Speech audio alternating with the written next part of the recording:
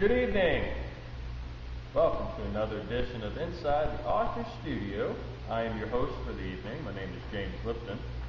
Tonight we are bringing an author that has traveled the world and visited firsthand with victims of violence and abuse. She has wrote a book about it that captures the hearts of all of us. So please give a round of applause for a Miss Patricia McCormick.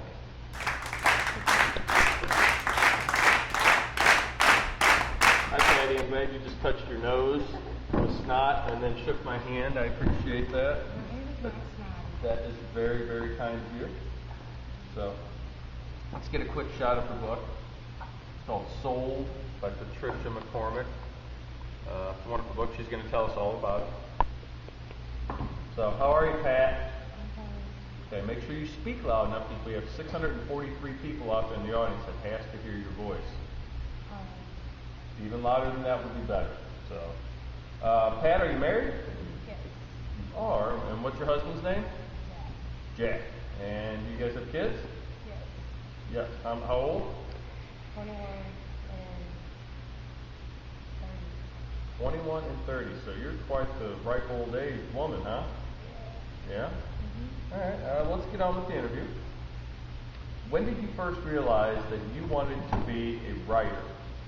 Well, not a specific answer to that, but when I was in fourth grade, I would always write stories and short poems, and I'd take them, and anyone who would listen, I would tell them to.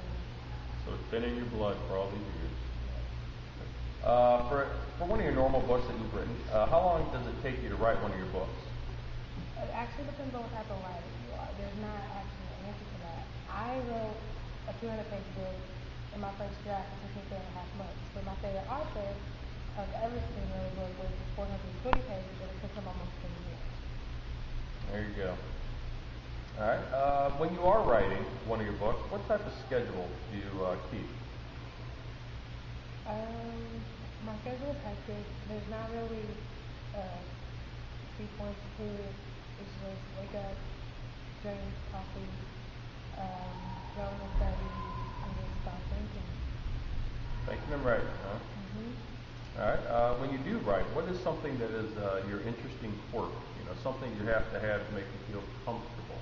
I have a mug that my son and daughter gave me, and it says "Borgatus Mom," and I have to have that with a pen every night.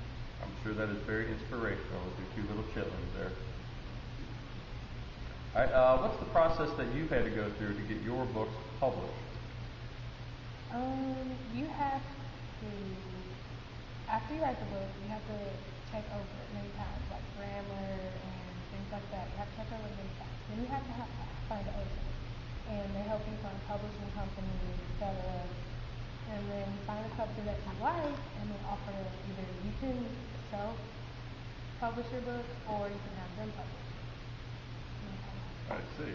Yeah, self-publishing is becoming quite huge nowadays. For your books, where do you get your ideas, your information, just the, I get ideas from mostly anywhere: TV shows, family, friends, newspapers, the news. Yeah, I think that's a great idea. Use your personal life and your personal experiences to write your books. So, how old were you when you wrote your first book, or about what time? It was around the time I was 19, 20, maybe somewhere along those lines. So just a young little girl. Mm-hmm. What about your outside hobbies? What do you like to do when you're not writing books?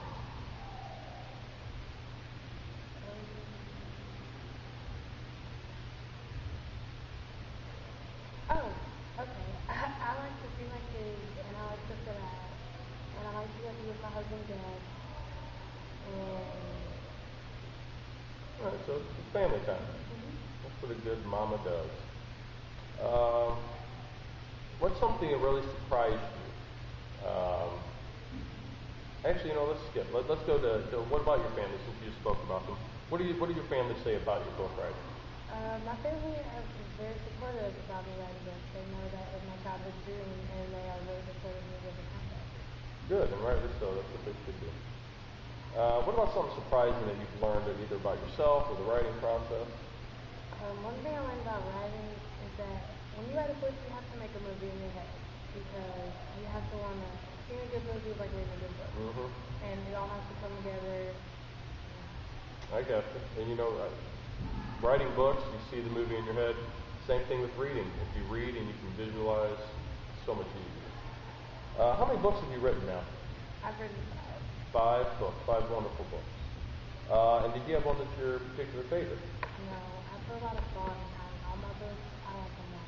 Yeah, what's the latest one you wrote? Soul, yeah. Soul, all right. Can you give everybody an idea of the idea behind Soul, what you had to do, or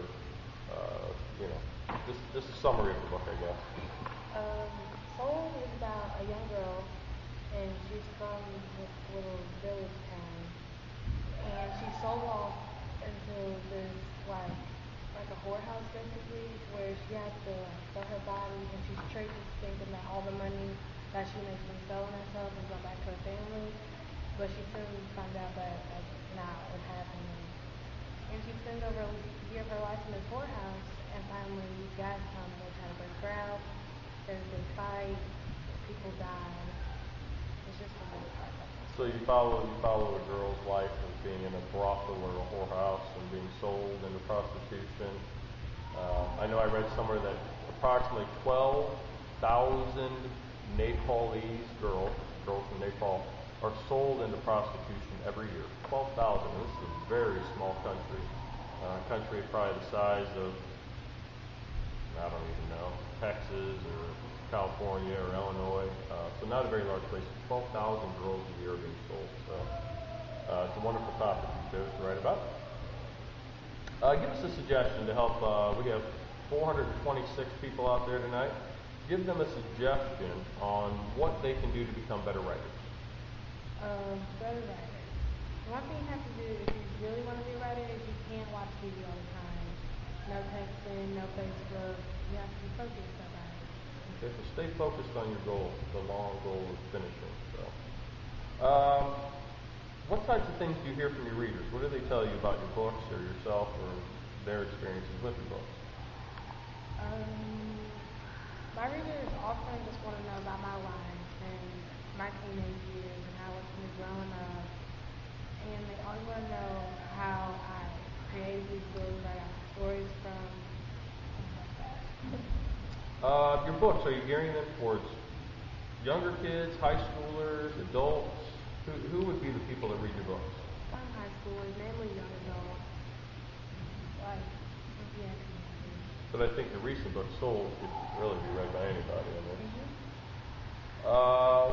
When you write, what's something you put in your book that you think makes that you have to have in it to make it a good, compelling story? It has to have facts. Like, you can write a book, some can be fake, some can be real, but your book has to have facts. All right, so you have to be accurate with what you say and tie everything, right? And last question here. What was your dream as a child? What did you want to be? I've always wanted to write books. That was always my dream, and I'm living the dream. You are living the dream. That is good. Well, Patricia, your time here has been educational, insightful, and inspirational to the young people in the audience, all 426 of them. Most of them are going to become writers because of you. So we thank you for your time that you've given us tonight, and we look forward to speaking to you again. My pleasure. I'm glad you didn't wipe snot on your hand that time. Thank you, Patricia. Thank you for watching another edition of Inside the Author Studio. I was your host tonight, James Lipton. Good night.